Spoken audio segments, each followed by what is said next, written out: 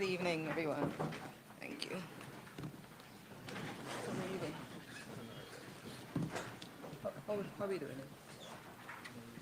You wanna squeeze in it? Yeah, yeah.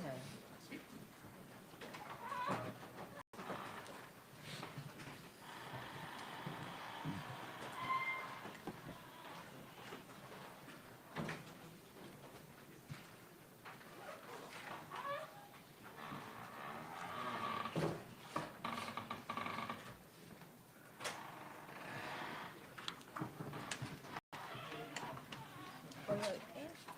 Well, maybe you could just address them because you open up the floor. But in terms of these are all mine. So, let me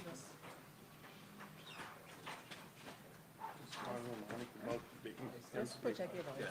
All right, good afternoon, everyone, and welcome to this media briefing. Welcome to this media briefing that is meant to address a very urgent national matter which has to do with the explosion that took place at the Mobile gas station 2 days ago. It's at Regent and King Street. It has been a police-led investigation supported by the various intelligence agencies. With us this evening at the head table, Minister of Home Affairs, the Honorable Honest Walron, National Security Advisor, Captain Jerry Govaya, Chief of Defense Staff, Brigadier Umar Khan, the Commissioner of Police, Mr. Clifton Hicken, Director of the National Intelligence and Security Agency, Colonel Sheldon Howell, Prime Chief and Deputy Commissioner Wendell Lanham, the Deputy Commissioner for Administration, Provincial Dat Buduram, Deputy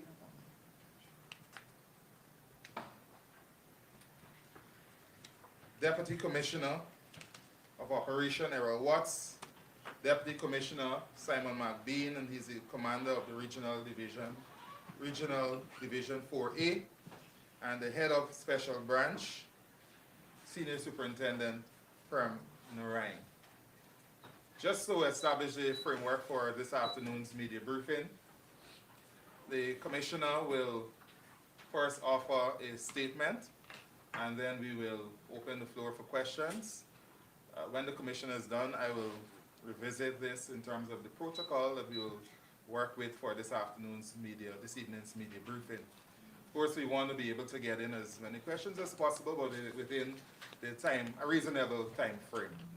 So let me hand you over to the Commissioner, Mr.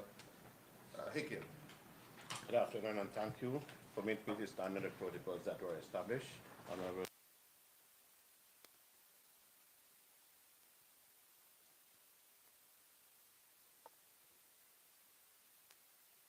Press, good afternoon. I'm here this afternoon. 1 second, Commissioner. Let me just get everybody there.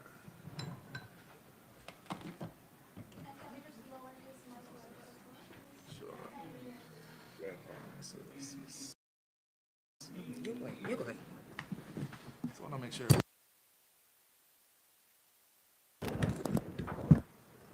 Okay, good. Right, so as not to miss anything, we started off on Sunday and we are currently investigating, and so I build this in a document that I'm going to read to you so that we're not going to forget anything, and all that you want to know, you're going to know today. And so the Ghana Police Force major breakthrough in explosion investigation. And so the main suspect is in custody following coordinated police operation. The Ghana Police Force has made a significant breakthrough in its investigation into the 26th of October 2025 explosion at the mobile fuel station, Regent and King Street, Georgetown, an act of tyrannical claims of life, 8-year-old Ms. Bourne, and left 4 others injured. Preliminary investigation revealed that on the night in question, a male Spanish-speaking individual was observed in the vicinity of a fuel station, carrying 2 large black bags. It should have been 1. Moment later, a powerful explosion occurred on the western side of the premises, resulting in the death of 8-year-old, injuring 4 others, which was taken to the hospital. The gas station and several nearby buildings where the vehicles were damaged. Course of action. From the onset, a special investigative task force was established comprising members of the Major Crime Scene Investigators, Criminal Investigation Department, Region 3, 4A, and 4B, and key stakeholders, supported by intelligence and forensic experts. The investigation was coordinated from the highest level of the force with continuous oversight by the Commissioner of Police and his executive leadership team. Work of the police and technology. The force, in collaboration with the Safe City Command Center and earlier intelligence agencies, utilized video forensic analysis, digital tracking, and data correlation to trace the suspected movements before and after the incident. Acting on credible information through interagency coordination and field intelligence, investigators were able to locate the suspect at Vorjaluden Sideline Dam, East Bank Essequibo, where he was captured earlier today, Tuesday, October 28, 2025, in a coordinated operation led by a superintendent. This success underscored the integration of modern policing technology with traditional investigation work, demonstrating the force's growing capacity in countering terrorism and digital intelligence operations. The main suspect, Daniel Alexander Ramirez Perdomo, a Venezuelan national, is presently in custody assisting with ongoing investigations. Several other persons of interest are being questioned as the force expands its probe to determine whether the act was part of a larger organized network or lone wolf operation. Investigation are also working closely with the regional and international counterparts, including Interpol, and verify the suspect background and possible affiliation. Based on the evidence gathered thus far, detectives are establishing the elements to support the charges of Section 39A and 39B of the Criminal Law Enforcement, the Criminal Law of Offenses Act, Chapter 801, which addresses act of terrorism and conspiracy to commit terrorism. Additionally, charges relating to murder, attempt murder, arson, malicious damage to property, and being actively pursued pending legal advice from the Director of Public Prosecution. At my level, I thank the ranks for the exceptional work, intelligence analysis, and all ranks involved with swift apprehension of the suspect. You underscored that the incident demonstrated the force's capability, discipline, professionalism, support by the effective use of technology and intelligence policing. I reaffirmed that the Guyana Police Force remains resolute and relentless in the duty of protecting the public, ensuring that any act of terror or violence is met with decisive and lawful action. The investigation remains active as investigators continue to examine all evidence to determine the motive, origin, and any wider connection surrounding the attack. An AI-enhanced image captured the perpetrator on the CCTV footage recovered at the crime scene was used to aid the investigation, and as a result, the police received some leads as to the identity of the prime suspect, which ultimately led to the successful apprehension of the suspect. He's currently in custody, and that is my brief.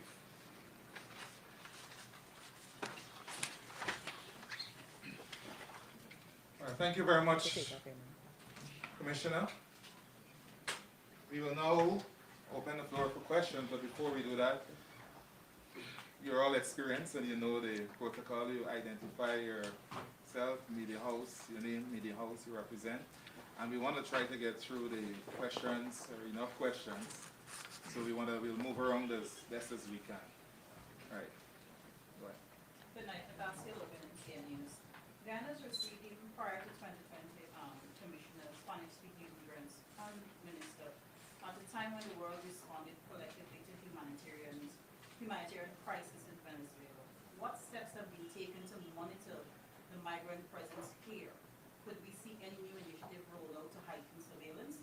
And when did this perpetrator enter the country? I'm gonna deal with the first part, and I'm gonna hand you over to, Lanham to deal with the second part. But sooner or later, while we've been monitoring them at the ports of entry as they come in, they register. I just want to hear me, they register as they comes into Guyana. But within the next 3 or 4 weeks, we're gonna use another mechanism where we're gonna ID all the immigrants that are in Guyana that are not registered, and so they are gonna be registered through that process. Mr. Connor, when did he enter the country? Thank you for your question, Ocasio. The prime suspect, along with his accomplice, who's from Venezuela also, entered Guyana by illegal means, by boat, last Sunday, that's the 26th of October, 2025. Guyanese are feeling uneasy, somewhat uneasy. What assurances do you have for our nation? What security apparatus is on top of things as far as intel sharing and collaboration across agency, as you mentioned earlier, Commissioner? We have Interpol, we have the GRCC, and we have all the international stakeholders that we're working with, and we're gonna continue to work with them. All right, thank you very much. Did you say the suspect entered Guyana on Sunday? Correct. The same night of the attack, the same day? That is correct. So how, in terms of how he was able to get the explosives and so, what is the investigation like in that specific area? Do you believe he came specifically for that? How was that particular service station targeted? At this stage of the investigation, I prefer not to disclose certain information to the public. We are at a very critical stage. What I can confirm is that he came last Sunday at 8 a.m. and he was supported by other accomplices, both Venezuelans and Guyanese. So I leave it at there. The investigation is still ongoing. Have the investigation so far determined the type of explosives that were used? Could you say? As I said before, the investigation is at a very critical stage, and that information will be released to the public in due course of time. What I can say is that the suspect is cooperating with the investigators. We have already secured a confession statement from him. Among other things that he mentioned to us is that the device, he brought it in from Venezuela to Guyana. He also indicated that the device had a switch which he activated when he exited the vehicle, which was parked within the vicinity of the gas station. I will leave it at that. All right, Gordon, just be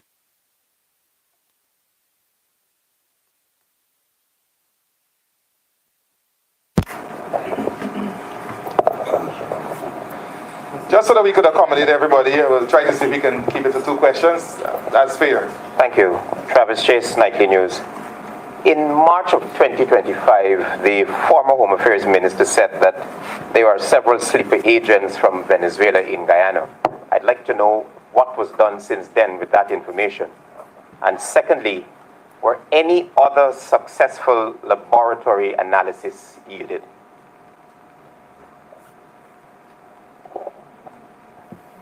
I cannot speak to a statement that was made by the Honorable Minister of Home Affairs at that time.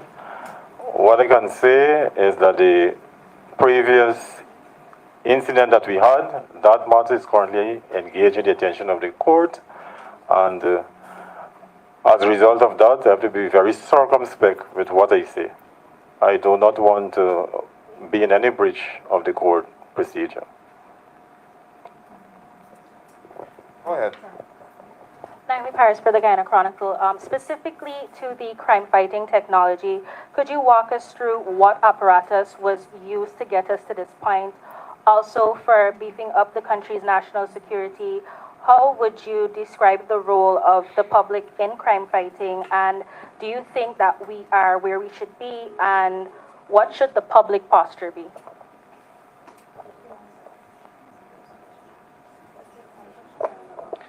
All right. On the East Coast, there is a command center across the regions, regions 2, region 3, region 6. They are command centers, and we are in the process of building command centers to all the other regions. This is the first thing.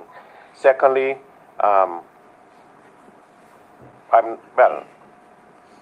yes, I can do that. We've had cameras placed on the streets within hotspots, and so it can aid what we're doing, and I'm going to stop there for now. And yeah, I'm going to stop there for now, I know that. In relation to the public and the acceptance of the police, I'm happy that you asked the question, because the media is supposed to be helping us in this regard. Every religious day, either the commander, deputy commander, or the junior ranks are in the communities trying to ascertain from the people what are some of the problems, how they can help them, and they're doing that throughout the days, throughout the week, on a Sunday too.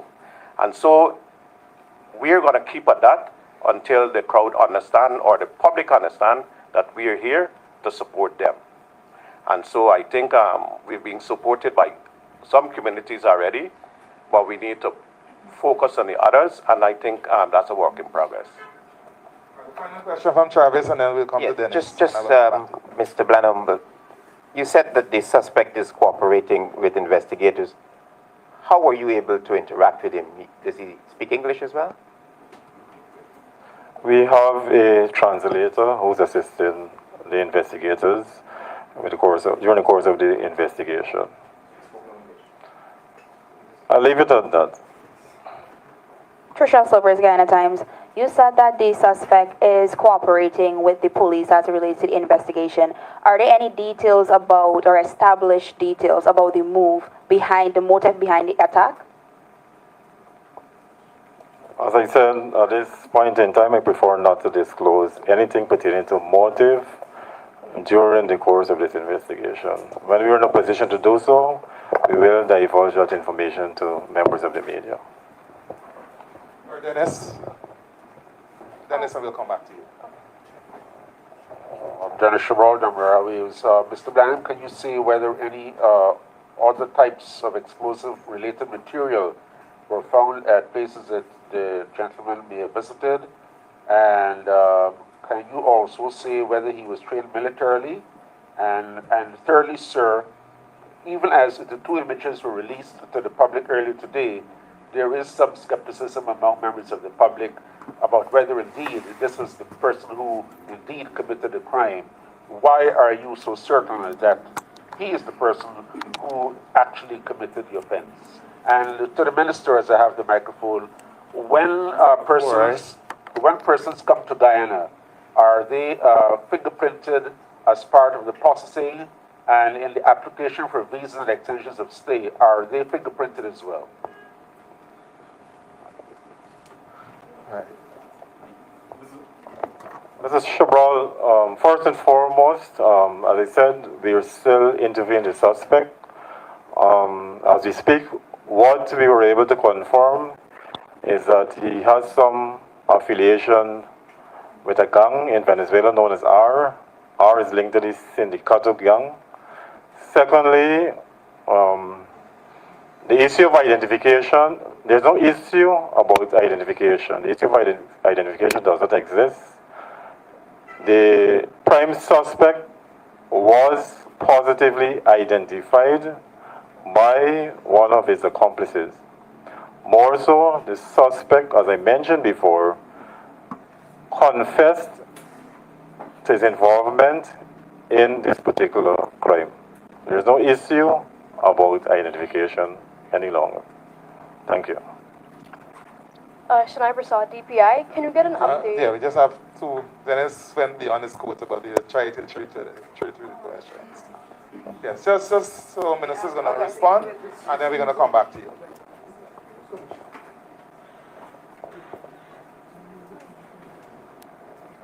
Okay, for the Venezuelans, migrants who come here through our ports, they're all registered.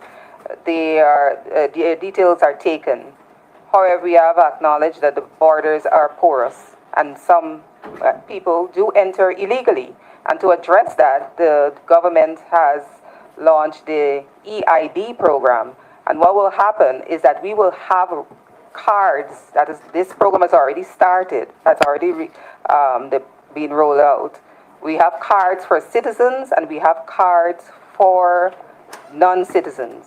And what we will do is for the persons who are in Guyana illegally, they will be given a grace period in which to come to register and have this EID card. This card, you will not be able to do anything, perform any, access any services, banking without this EID card for non-citizens. And they will be given a grace period. After that grace period is expired and you do not register and have an EID card, you will be taken out of the country and other sanctions will be implemented. That is the policy. Are you fingerprinted on arrival?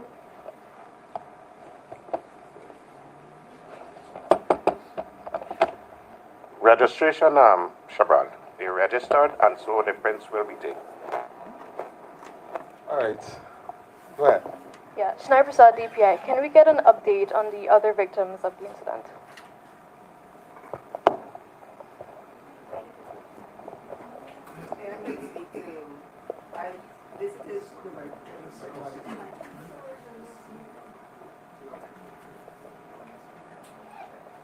The adult is, first of all, they are all doing well, as can be expected. They are recovering.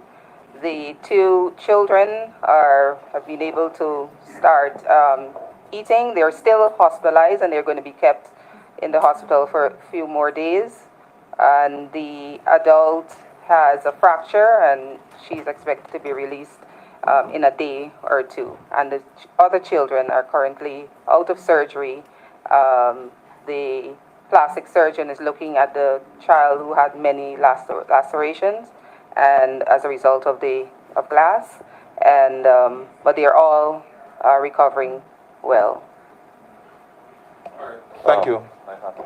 Oh, go ahead, Leroy. Mr. Blanham, Commissioner, and Mr. Watts, Mr. Watts as DC Ops.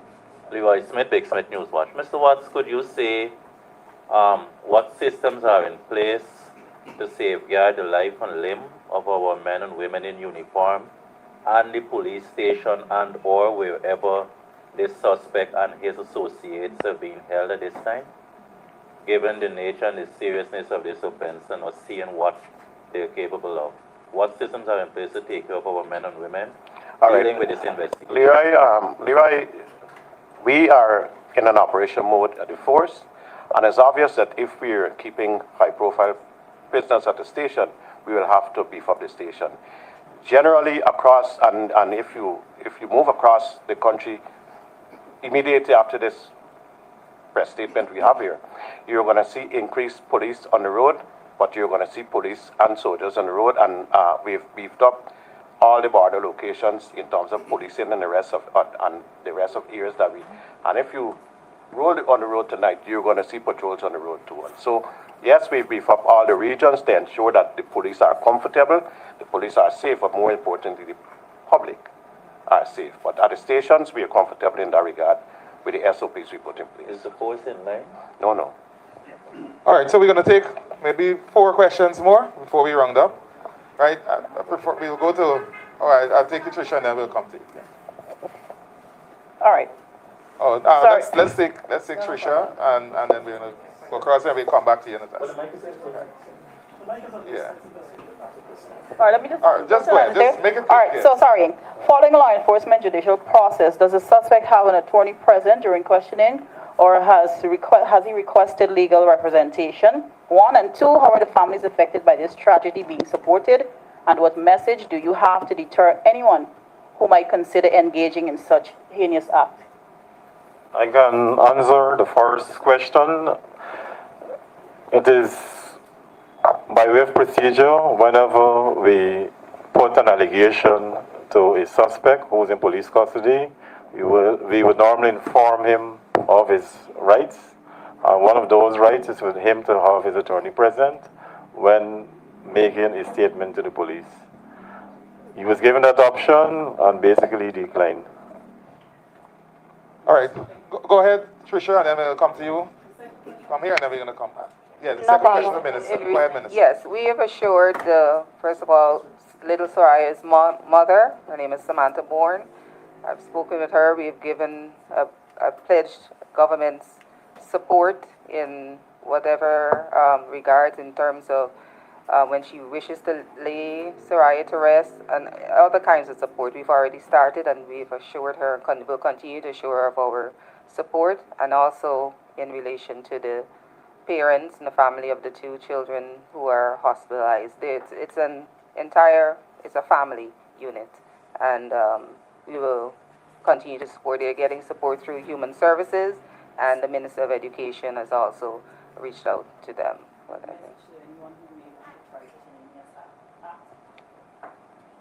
The penalty for terrorism under the section as quoted by the Commissioner is death, and we will be pursuing that in the courts.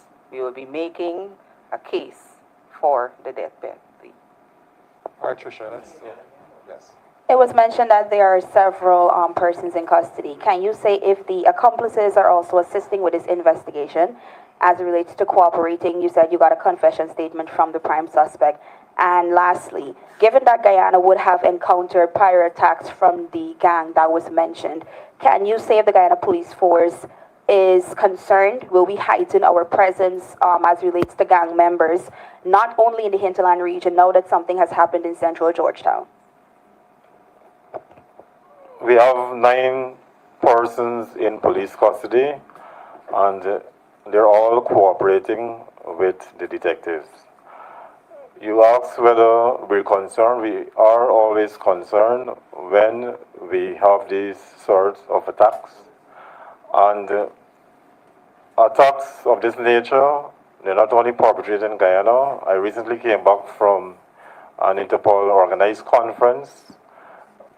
We had participants from the various South American countries.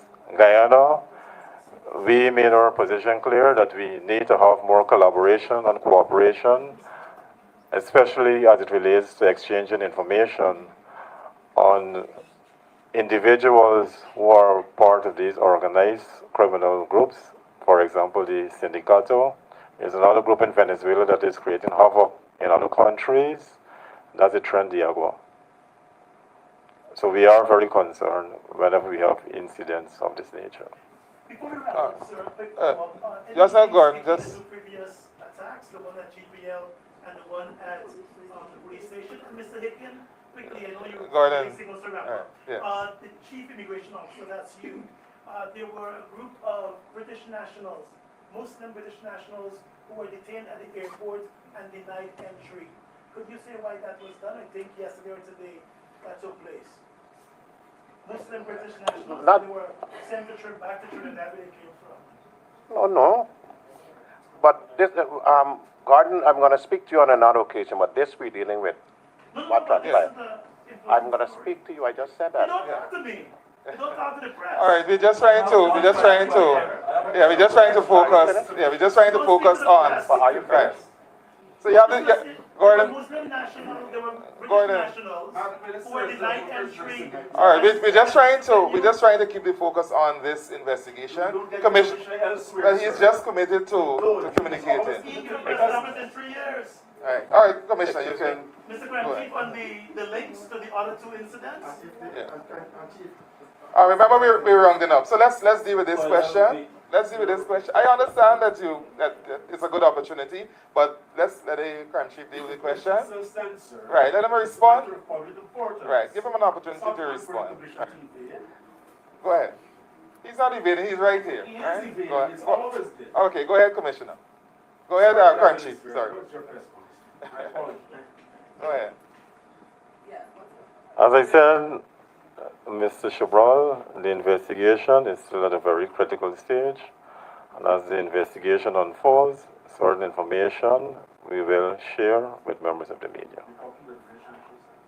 Now, I was speaking as it relates to the question about links of this attack that happened recently with the previous attacks that were perpetrated at the East Rhine Belt outpost and the power station. Venezuelan embassy been informed?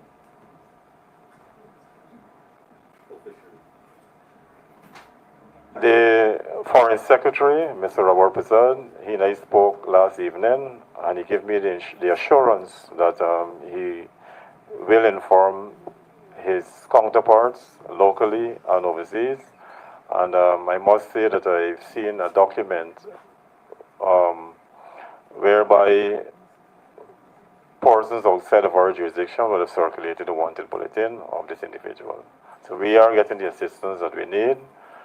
We inform Interpol or the National Central Bureau of Caracas, and they have also responded to us. So we are exchanging information as it relates to this incident with our counterparts, locally, regionally, and internationally. All right, this is going to be our final question. I'm sorry. Thank you. All right, this is the final question. Miss. There are a number of British nationals who are detained, denied entry, and they're all over TikTok talking about it, so surely the government must be aware of that.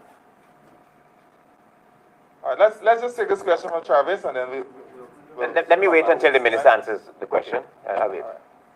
Okay, go ahead, Minister. You know,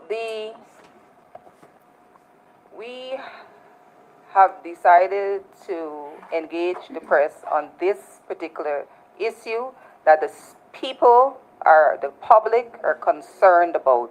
People want to know what is going on. We want to give them the information. We were regaled while the hard work of the investigators were going on. None of them has slept for the 72 hours. We were regaled for avoiding, for sidestepping, and as soon as we got the success, this is where we come to. We want to treat with what the people and the public are concerned about. And then we will engage on other issues outside of this press conference and other questions. All right, this is the final question, Thank you. Travis, and that's it. I'm sorry, but... Thank you. This question is for Yes, go the ahead. National Security Advisor or Mr. Howell on this very incident.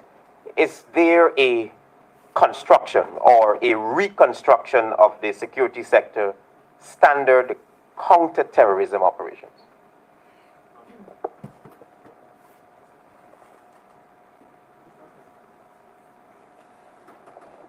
In terms of counter-terrorism operations, we haven't reconstructed any of our procedures.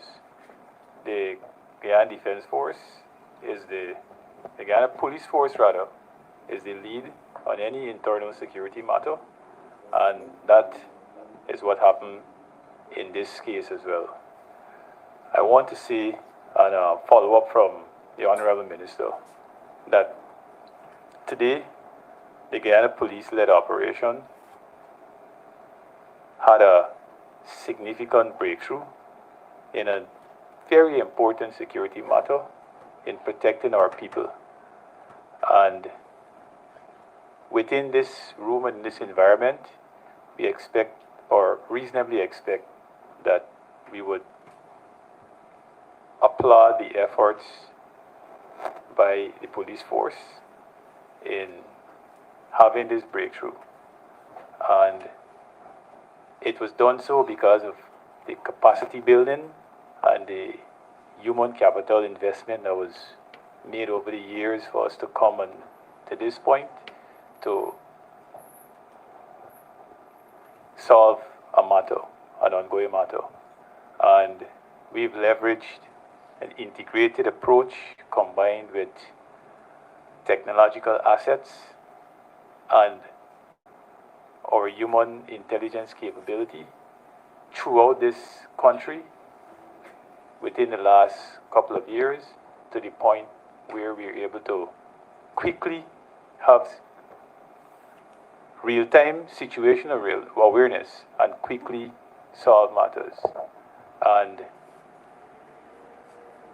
at this time, the investigation is ongoing, and I trust that we will respect the crime chief and his office in their endeavors to continue to protect Guyana and mitigate any further incidents of this nature. Thank you. One quarter. I have one we're out final of time, question. Leroy, right? I have Yeah, one we're out final of time. question. So I'm just going to ask Minister Can I just put to in my round up. final question, Right? please? Thank you very much. All right. Go ahead. Let me commend you guys for your wonderful work. Minister, you spoke of the state going for the death penalty. I know the president is being updated on this matter. Could you say, in the interest and for the benefit of the viewing public and this entire nation, if you as the security minister, and based on your conversations with the president, if you've gotten the indication that he may sign off on this man being put to death once this all comes to an end, the investigation and the court matters and so on, please? A young, innocent child has been murdered. Had this man been able to put that device in that bin, more lives are being lost. But one life, Guyanese life, is still too much. Yes, I am absolutely sure that our Commander-in-Chief and my President will sign off on that order. Thank you. Minister, you can go ahead and have the final word for the press conference. Thank you all for coming and engaging in your usual disciplined and polite manner. And I look forward to future engagements in like manner from all of you. And I just want to close off by saying thank you to the team that you see at the head table, the Commissioner of Police and his executive leadership team that you see represented here. They have shown, and their ranks, not forgetting the ranks out there, and the work that they've put into this. And what I am also convinced about is that the tremendous investment that this government has been making, that my government under President Addis's leadership has been making in our crime-solving technology has worked wonders, and it's continued to work. We're seeing the Smart City program, the command centers, the different intelligence-led technology capabilities. It is all bringing forth fruit, and within less than 72 hours, we had a major breakthrough. It's something that would have taken weeks, months, sometimes most likely would have gone unsolved. But we were able to use the technology and the investment that government has made. And that is what I want us all to leave with, that we continue to lead this security sector, making investments. They are made with vision and with an attempt, with a vision of, and the strategy of making sure that our citizens remain safe. And all of our programs and investments are with that in mind. So to all Guyanese, just know that your government continues to work for you, continues to invest, that you have a safe life, and that your life, you continue to see the realization of all your dreams within Guyana. Thank you very much all for coming out, and we'll engage very soon, very shortly. Thank you very much, Minister. Thank you, members of the media. Thank you for your